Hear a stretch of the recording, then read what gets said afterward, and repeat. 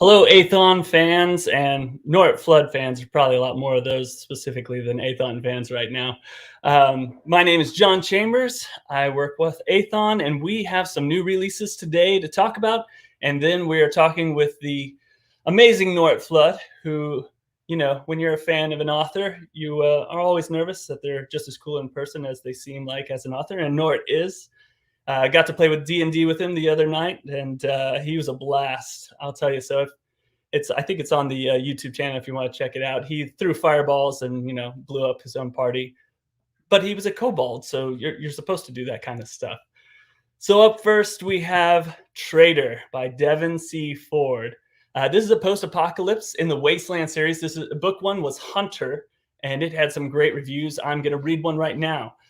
Devin Ford does atmosphere so well. We are in a radiation-contaminated world somewhere in the U.S. Southwest. The 1% are living up the high life in the sunshine, but the 99% are living underground. There's a gruesome murder and a political plot which sends our three heroes out into the wastelands, searching for the murderers in a series of small western towns with a few mutants thrown in for good measure. So if you're into post-apocalypse, give that one a check out. We also have, here we have the military sci-fi by Rick Partlow and Drew Avera, veterans in the best sense of the word as far as writing these books. They are just masters of this craft in the military sci-fi world. So book one, Hellfire. This is book two, Brimstone. Here's a review for Hellfire. Wow, what a story. Military sci-fi at its best. Can Nathan Stout and his band of mercenaries defeat the enemies and take back America? Nate, cloned from genes from a past self, has created his own destiny by forming Broken Arrow Mercenary Force. So Mech Force Book 1 by Drew Avera and Rick Partlow is very well thought out and expertly written. If you want to have your mind taken on an awesome adventure, I highly recommend reading. So next is we have two box sets, and so best bang for your buck. For sure, we have the entire Empire of Resonance, the complete saga. I got a review here for book one. Actually, this one was kind of a combination, multiple books. This book is a perfect combination of familiar fantasy tropes, humble beginnings, rebellion, an evocative magic system, but it adds depth and nuance to them in a way that makes it feel like catching up with old friends who have been up to a lot of exciting new things. An imaginative magic system that ties directly to the character's personal growth and exudes mystery. A world driven by a compelling political and economic structure, relatable protagonists and villains, and challenging moral dilemmas combine to make this book and series a compelling page-turner that I could not put down. If you are looking for a new fantasy series to dive into, you owe it to yourself to give this book a read. Well, not just this book, this entire series has been released today. If you want to give it a check out, Empire of Resonance. And then the last box set and book new release today, other than, of course, Noret Flood's amazing Randidly Ghosthound, is Earth's Last Gambit. The entire box set released today, and the first book is called Free Fall. Here's a quick review. Free Fall is an amazing book. So many different stories in one. There is the overarching alien arrival scenario with a mysterious object having arrived in orbit around Europa. First Contact is the most obvious of story arcs with an alien arrival, but the author has taken this book to the next level. The arrival also sets in motion a series of other stories and scenarios that make this story utterly brilliant. Political intrigue, murder, a space race to reach the object, as well as some fairly fascinating spy games. So there you have it. Those are the majority of the new releases. Last thing we're going to talk about is right now we are doing a Kickstarter for Athon Games. We have a game called Dungeons and Flagons out, which is a companion game. You play it while you play a tabletop fantasy such as D&D. And here is a quick look at that. Basically, draw if cards and drink if cards. It's all based off of the tropes and jokes all over the cards of what we see in every single campaign, every single session we've ever played. And so if you're interested in that, you can go to Kickstarter and look at Dragons and Flagons. now the moment that the majority of you in the comment section have been waiting for. Here we have Noret Flood. Hey. Hey, how's it going, man? It's I'm doing well. How are you, John? Doing well, doing well. So this is an exciting day. Let me pull up the. I mean, I've got a graphic for you too, man. I promise. Let's see, right there, boom, hmm beautiful cover art right there.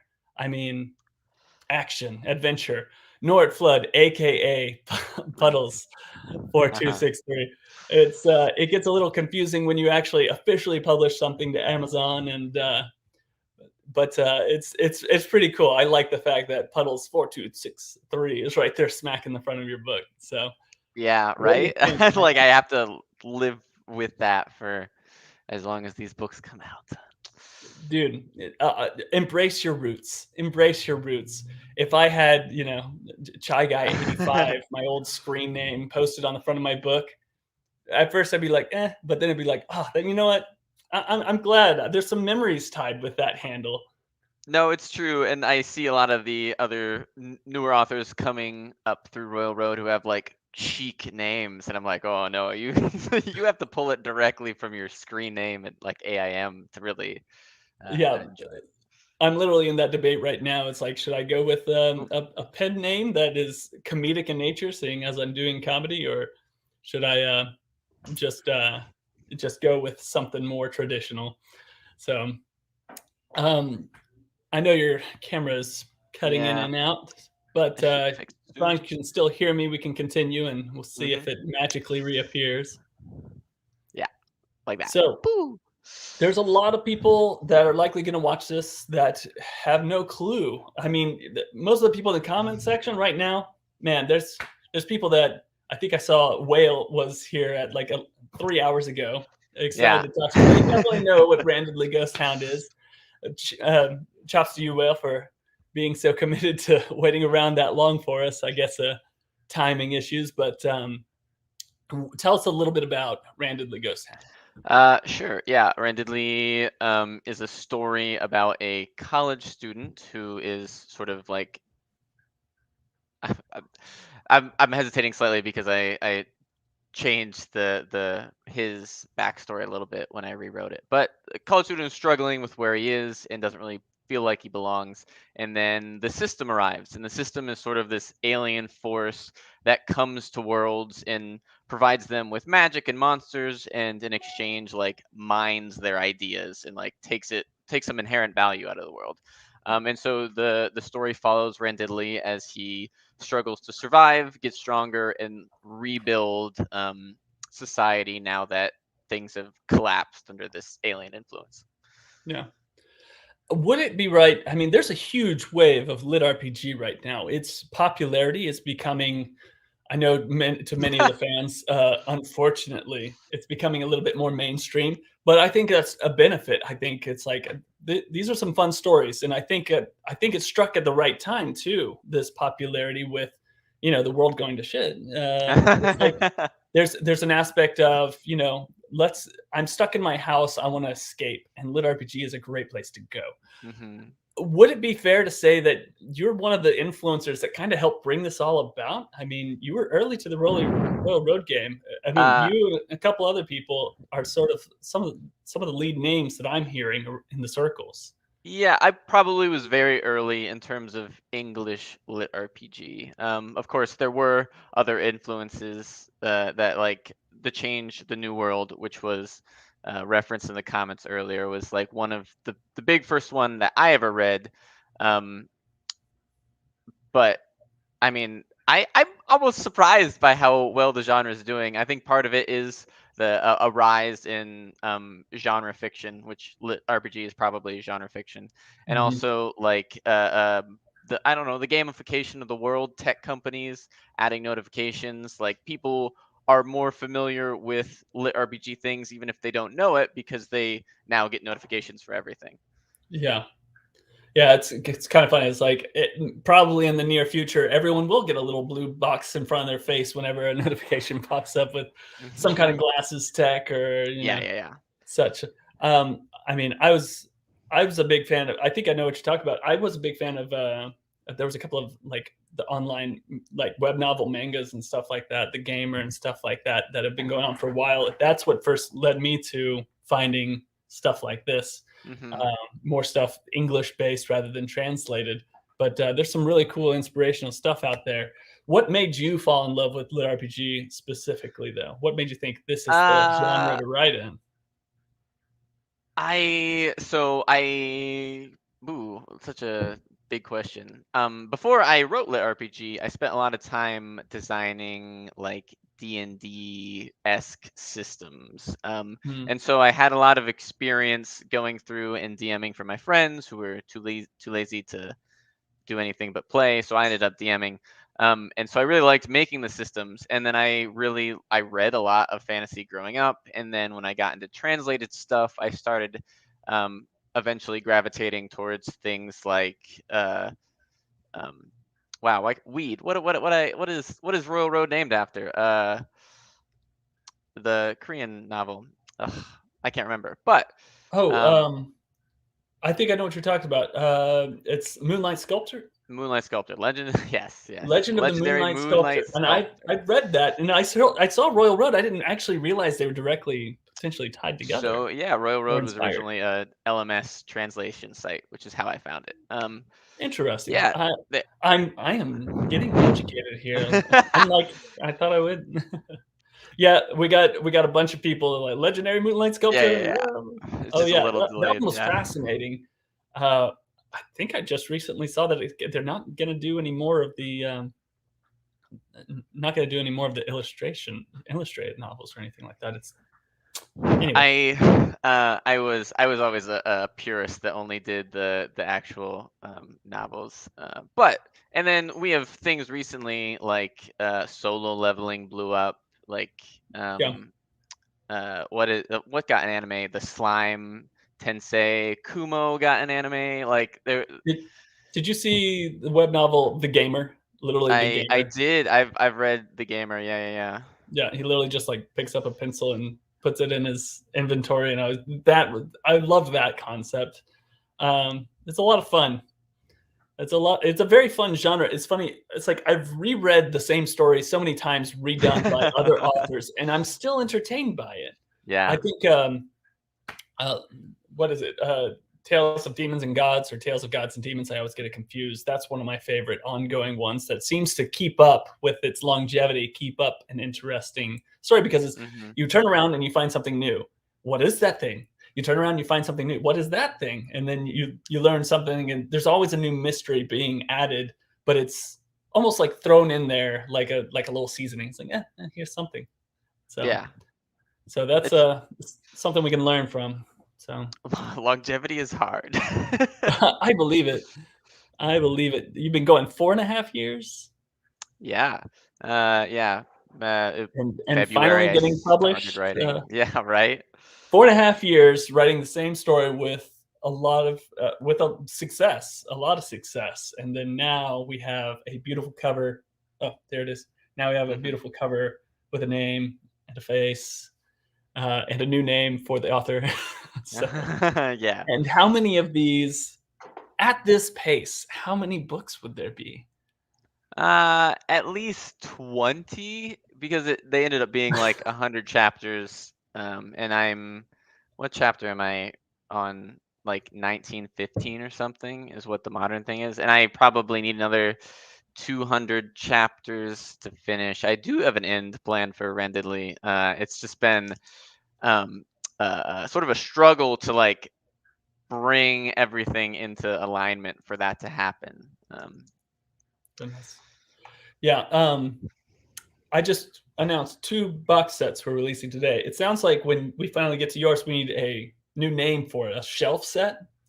Uh, we have a shelf set for you. We ship you the shelf with the books on. Yeah. It's like an entire like weightlifting set as you carry a shelf of books along the into Well, you're your going to keep room. our very talented illustrator employed for a couple years. Yeah. All right. Let's see. Do you write to music? I do write to music. Yeah. I always like to ask the authors what's their favorite soundtrack, and I find a couple here and there that I end up enjoying and writing to myself. So Um, what's your poison? I don't soundtrack very often. I'm a huge proponent of like handmade playlists. I hate shuffle and everything it stands for. So although a lot of times I'll go through like and I use Spotify, so I'll go through their browse and just click on a random genre. Although they put in so many things that are not really genres, like chill or like mood. These aren't genres. No. This is a different tangent that I don't need to get onto. And I'll just like listen to one of their curated playlists, but mostly so I can steal songs, then make my own playlist later. Nice, nice. I've always wanted to do that, but been lost patience far too quickly to do it Mm-hmm. myself. I I mean, literally, that's I'll just say play fantasy book reading yeah. or sci-fi book reading, and I like listening to sci-fi while writing fantasy. I mean, I'm not a purist, so hmm I no, I mean, no judgment in terms of like what you listen to. Like, I mean, whatever gets you in the mood. Sometimes I try and like match emotional tenors to what the scenes I'm doing, but more often, there's sort of like almost different activities. Like I'm just like I'm making tea, I'm putting on music, and then I'm sitting down to write. hmm. Yeah, I understand you. So what I mean, authors, we all value something a little bit different. I was talking, um, I was talking with the Blessed Time writer, and he's a lawyer, and that one of his reviews literally said there are zero holes in this story. There are zero story plots, and I was like, does your lawyer background kind of tie that together? Is what I asked him, and he said I think so because when you got so many rules and you gotta plug those holes. But his magic system was when it came. Apparently, he had like a whole spreadsheet of algorithms to make sure his Hmm. magic system was like at 80% capacity here, 40% stuff that's completely irrelevant and probably doesn't make much impact to the story. But it was his thing. What do you think your thing that stands out strongest about Randidly Ghosthound is, as far as Uh, as far as so your I was tie, like, your it's a strength? hard question. I think two things immediately come to mind. First, I am very careful about naming things and also progressions. There's a lot of skills that Red Deadly has gotten very early on and have steadily like evolved and changed their names and gotten higher rarities. And I'm always very purposeful about what their names are. Like I always want them to sound cool, but also just slightly cooler than the previous one, so I eventually like keep raising the bar. And so being very purposeful about the way things are named has been important.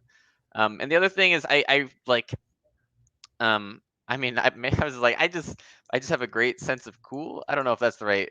I feel horrible for saying that, but like big set piece fights in special locations or like being very clear in the setup of what the climax of an arc is going to be so readers can come through and have a lot of anticipation for when this thing finally happens that they've been waiting for. And I am quite meandering on the way there, but I do usually think I manage to stick the landing for like these big long anticipated fights. Nice. Yeah, a fight scene is uh, as it's nice being in this place of I am a writer, but I have not put any of my works out, but I am working towards that goal with a goal in sight because I'm like, how do you stretch? How do you grow? What are some weaknesses we can shore up? Fight scenes are difficult, Yeah. extremely difficult. You're like, it's the time in which you have to be the most visual. And what is the payoff? What is the reward for the end of this fight? And so yeah, what advice do you have to blossoming authors that are looking for some of those strengths? What's something that you said Um, systems are important, but honestly, I think it depends on that style. What's something that you feel like you discovered in your hundreds and hundreds and millions of thousands of words? Surely uh, you figured a couple things out that we wish you would have known at the beginning that you can throw a bone to a guy like yeah. me. One thing, and sort of also dovetailing nicely into your previous question, that I was like, I don't know if I'm great at this, but I think pacing is so important, especially with things like fight scenes and also training arcs. Sort of have to have like a meta awareness of how long the reader thinks something takes and how long it takes for them to read it, which can sometimes be different things. To like know to because like I'm very concerned with things feeling justified, especially training arcs. Oh man, I get so maybe that's the strength. I love training arcs so much, and I love writing them, and it's all about like making what happens at the end feel justified. And I'll say, to answer your question, actually, that I think one thing that um, writers should learn is that they should, one, have an idea of where they're going when they start something, and two, start something even if they don't end up going where they thought they were going. Like, I think Yeah. it's important both to have a framework and also to just like start writing. And um, because if you don't start writing, nothing gets done, and then you are super stressed that it's late in the day, and it's just like this horrible process that I've experienced way too many times. Yeah. I've listened to a bunch of advice recently, and someone said it's like there's no such thing as writer's block. As long it's like you just have to sit down, reread the story, and keep writing because you can write. It's just you're not necessarily writing what you want to see, and during that process is and it might not be true for everyone because of course, I mean everyone's got something different going on. So I think but for me, it's been very true. It's like you keep writing, and then the story Hmm. starts to write itself. You start seeing the solutions and the problems of what you're writing, and Hmm. so and Yeah, I'd imagine you have to push through a lot. I it's been okay Um, recently, but yes, and I will say that I agree that there is no such thing as writer's block. The only problem I have with that statement is that it's very peculiar in relation to web serialization. Like in terms of more classic novels, I think, I mean, like it's legitimate that you can push yourself through and write a bunch, and then you're like, oh, only the last paragraph of these 3 pages is any good, and I'll just delete the rest. And that's sort of what you do with novels. But in web serialization, you don't really have that. So it's sometimes harder to find the right productive thread without wasting a lot of time writing yeah. about other nonsense. Um, Would you agree? I feel like with web serialization, slice of life has exploded into every genre. It seems like slice of life happens to everyone and everything with web serialization, and I like that. I really do. With these super long series, you get to explore the world as part of the process, as part of the experience, is exploration of this world, because you can write about whatever you want. Your editor's not going to be like, do this many words or cut it down to this many words, because you look at a lot of traditional author advice, and it's like it's you almost have to take your words and you slice it down into a book.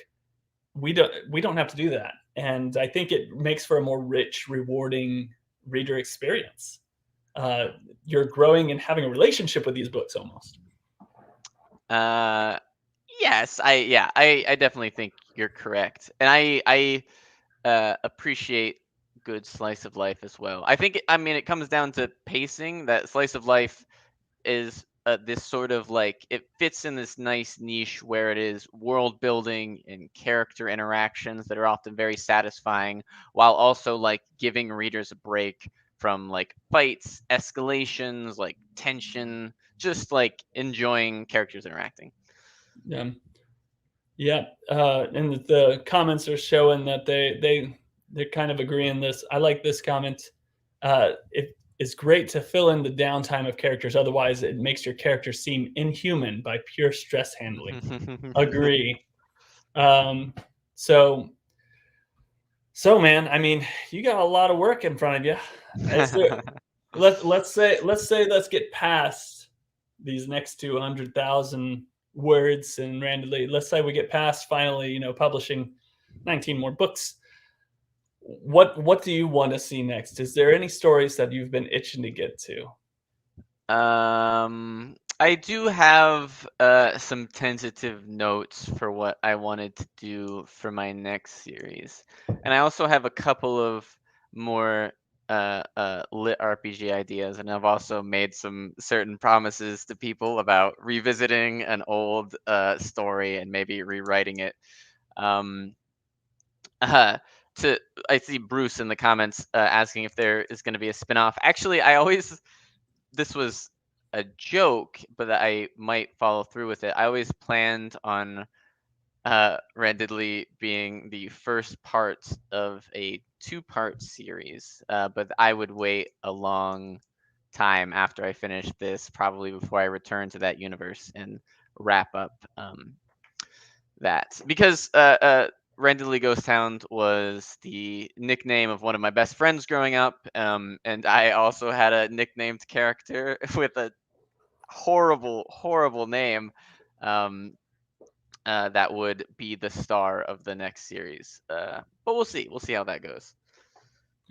When do we get a Randidly board game? Is that a thing? Hey, we're starting Gathon Games. We could make one. So Randidly is hard as a board game. I would have to think about that. It probably wouldn't be like I also really like game design, and mostly I get to the mock-up phase and like, oh, this is too much work, and I make games with too many fiddly bits. I know I'm also a tabletop gamer, but like I want it to be streamlined, and I'm never satisfied. oh yeah. Maybe, I'm maybe Randidly would be cool. refining another game right now, and it's tough. It really is Hmm. tough. It's a lot of play testing, a lot of work. So it's I Yeah. I I much prefer like stuff like this, which is just modifying basically D&D and other tabletop fantasy games. So Oh, hey, anyway, real quick shout out to Colleen, who is an excellent editor. Uh, because I saw her comment. I I have one game that I wanted to make that's like an isometric information game where you get a bunch of people and you sort of need a DM to do it, but like the DM is a monster who sees the board and sees the position of people, and everybody else are players who get shown the board, and then the board is spun, and then like the lights are cut or whatever justification you need in game, and then the goal is for the players to escape the monster. And I've always enjoyed playing it. I've mostly forced my family to play it, but like things like that, I really like spending time on to making things like that. that's fun. We're working on one refining right now called Kaiju County. And basically there's different monsters that are blowing up the different city piece of basically different buildings, and it's blowing up buildings, but you need some of those buildings in order to fulfill the requirements in order to attack the giant monster, and then there's little monsters on the ground attacking as you do. So that's one that maybe in the distant future that we'll be releasing. So it'll be fun to make some games together. Yeah. So I mean, thank you for your time. Is there Mhm. any? Do we want to open it up to questions in the comments section? Yeah, sure. Oh, one other quick thing I should I want to say and get out there that like my idea for the series after Randomly is going to be more typical fantasy. I want it to be very like horror fantasy about exorcists, and like a school set in a school for exorcists. But School for Exorcist. yeah. Excellent. Fun. Well, we will look forward to that in 6-7 years. So stop. Of course, at the pace you write, and if you do it more traditional rather than web novel, you could probably bust it out in half a year. Maybe. So I've heard people get, what was it? Who were we talking to? Was it Actus? He says he does 21,000 words a week. Yeah, He's Actus doing isn't. 3 series. He's so young. He has so much energy. I yeah. And he's at school at the same time. Holy, he's a monster. So, Just like also real quick, circling back around to Flame Warfra's question, it will not be a lit RPG. That's why I want to sort of do another lit RPG at the same for time. shame. Yeah, Shame. I'm betraying the genre. I actually started the first book I was starting was more not a high fantasy, but a more pure fantasy, based off of a D&D session, homebrew D&D that I had written for my friends. And then I had the idea for my lit RPG, and I was like, this seems fun and easy to write. And so now I'm 65,000 words in, and it's like, I'll tell you, like you're like, oh, this will be fun and easy. Like I'll just do this real quick and then be done. And then like 3.5 million words later, you're like, wait a second, how long is this gonna take? Like before I yeah. Well, comedy slice of life lit RPG, it's like I could make it go forever and ever and ever at this pace, but I won't. And I'll keep getting advice from people like you and Actus and JPal. And I'm in a very privileged position right now. I feel the fact that I have so many talented people that are willing to just, talk to me for a couple minutes about what I'm trying to do. So thank you so much for your support. And we definitely need to play D&D again soon. Sure, So yeah. that was fun. So Yeah, definitely. Maybe we can bring in some of the characters from your world as enemies. Oh. That'd be fun. Well, audience people, feel free to ask some questions right now of Noret, and we may or may not respond because I see asking about the cover art that's currently on Royal Road, and I didn't really have plans to change it just because I really appreciated when the guy made that original art for me, and it's like the new artwork is cool and excellent. I also really like the book 2 artwork, obviously, that I guess nobody's seen. Never mind. yeah, I've seen it. But the like just the black background, the spear, like that's like in my heart that was like the art for so long. That's just has a special place. Yeah, I was thinking about it too, looking at your thing, and I was like, honestly, so many people are used to looking for the update. They're looking for the spear on a black background. Yeah. They're not looking for Noret Flood. So Yeah. so there's a strategy aspect there. There's Well. definitely a part of that too. What else? So, What else do people say? all right. The Great Tower rewrite win. That is okay. So, Whale has been pushing for the Great Tower rewrite. For those of you who aren't familiar, the Great Tower was the story that I got started on Royal Road with. That I just sort of, I don't know. I combined all of my very optimistic and ambitious. That's the word. Ideas. And I really, really love the series. And I got to the climax of like the first arc, and I just like I couldn't handle it. It was I was still working, and it just a lot of stress, and it was a huge undertaking in terms of like what I talked about earlier about setting these great climaxes. Like I was not, yeah, that was 5 years ago or whatever. I was not ready to do that, and so I flinched.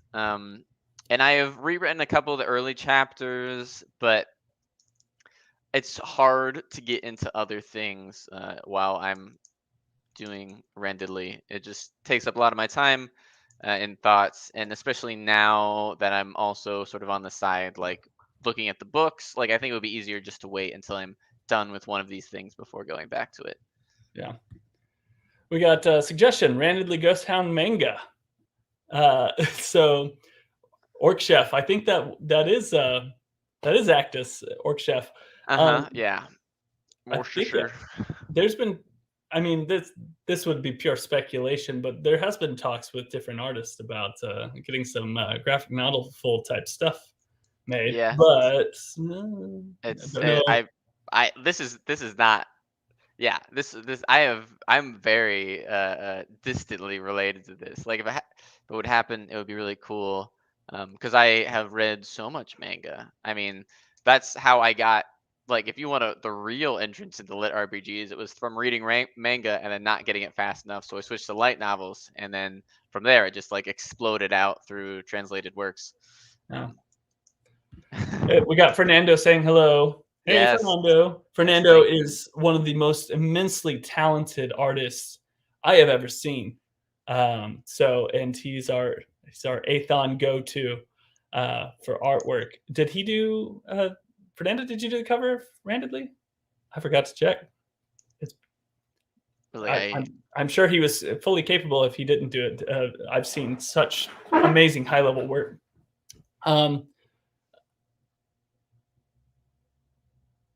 Yes, he did. Fernando did your artwork. Thanks, Fernando.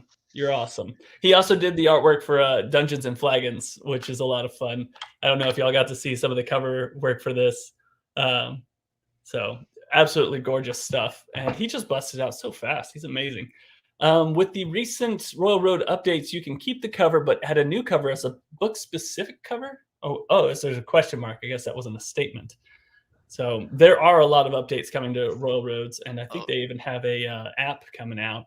So camera froze again. They've been going through a lot of new updated stuff.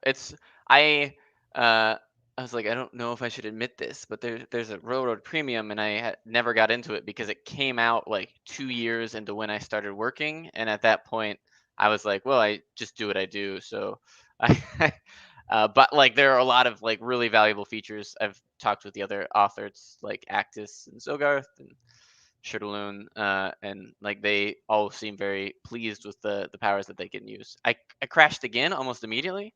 Almost immediately. Isn't there a character in Randidly Ghosthound named Athon? Is one of the questions. I'm not sure. I'm not nearly that far. Athon Tai. Ooh, we need. Where is my? We are not named after the properties of Randidly Ghosthound, but we are honored with the shout out. All right. Well, man, thank you so much for your time. Maybe next time we'll talk and do some video with our viewers. We'll be playing some Dungeons and Dragons, either you or me dungeon mastering. Maybe we'll pull you in because you've got so much extra time on your hands now, right? Yeah, you're a published author. I mean, so you must be doing great. I mean, sit back and let your little robots go for you, right? Yes, and shout out to friends and family in the comments who are showing up. I appreciate the support. Yeah. All right, man. Anything else you got to say to your loving, adoring fans? I'll shout out. Go buy his book today, and leave a review. I mean, technically, most of you have already read enough of it, but there are probably some minor corrections and changes in the published work. It's actually pretty major. A lot of character and arc rewrites, and I think like 80,000 added words. That's almost a question in itself. It's like from your web novelization and your fan base, it's like it almost seems like painful to kind of make these changes. But as a writer, I could imagine going back. It's like there's so much I want to fix and change. Yeah, 4.5 years ago, my writing. Yeah, I was. I don't want to talk about it. That's why for the longest time I was very shy about telling people what I would do because.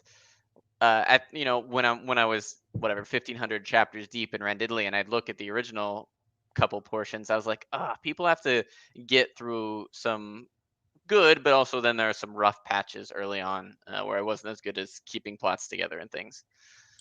But now that's gone. Hey, so, yeah. I mean, if you can write a book for 4.5 years and not improve, you're doing something wrong, right? Or you're very talented in a very specific way. Very talented at the beginning. I guess that's true. All right. So, yeah, you've written we got Juan Pablo. You've written a truly great book. Thank you. Or 20 of them. All right, man. Well, gonna let you get back to work promoting your book. Not that you're not doing that kind of right now. Appreciate your time. Definitely have to hang out soon, playing some D&D again. That was a blast. Y'all can check it out on the YouTube. It's probably still up there, or Athon Books Facebook page, which you're watching on one of the two. So, I mean, I don't really have to shout those two places out. So, appreciate you. And, man, much well wishes on the success of this book and all future releases. So, yeah. Thank you very much for having me. All right. Thank you, Athon and Noret Flood fans. We will see you on the other side on the review boards of these amazing books. Talk to y'all Yeah, later. bye everyone.